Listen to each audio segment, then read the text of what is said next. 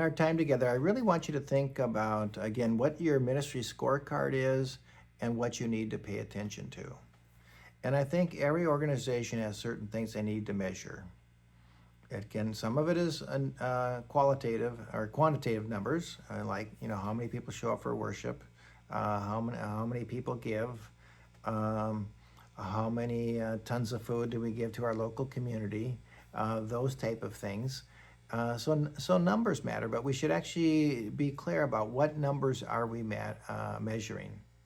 We do a Grow a Generous Church training event, and we actually suggest 10 different kind of measuring sticks to measure financial generosity and utilize those as a benchmark to set new goals and to strategize how you would increase the numbers or percentages that are listed on that form. So having something that you measure has to be important, and we have to measure the right things, things that actually measure transformation. And I think this is where we are sometimes stuck, because we measure things that are easy, like who shows up for an event, but we don't actually, what's the measuring stick we're going to use to see if they've actually deepened relationships with each other, or grown spiritually, or have a better understanding of their individual and collective callings. Those usually require a little bit more work to figure out how you're going to measure those pieces, but they matter. And let's make sure we measure the things that really do matter. And then what are the things we need to pay attention to? I like to observe watching a worship service. Who interacts with each other? Who are the individuals of this church that actually go roam the sanctuary and actually greet other people? Who are those that are walking around and offering people, to come have a cup of coffee or bringing coffee to people?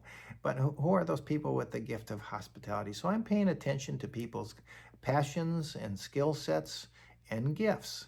That's an important element. I'm looking at what I'm looking and paying attention to. Where's the energy? Where do people, sometimes this can be negative energy where they're frustrated, they want to see something happen, and others it's kind of like, hey, they're really having a great time. How do we do more of that?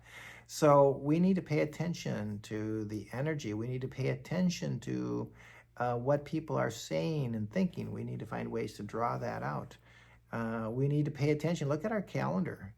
And I remember one church talking about they really want to be an outreach church. And I just said, take a look at your calendar and how many activities are actually, first of all, would even be good for inviting a person? How many of them are really just insider language?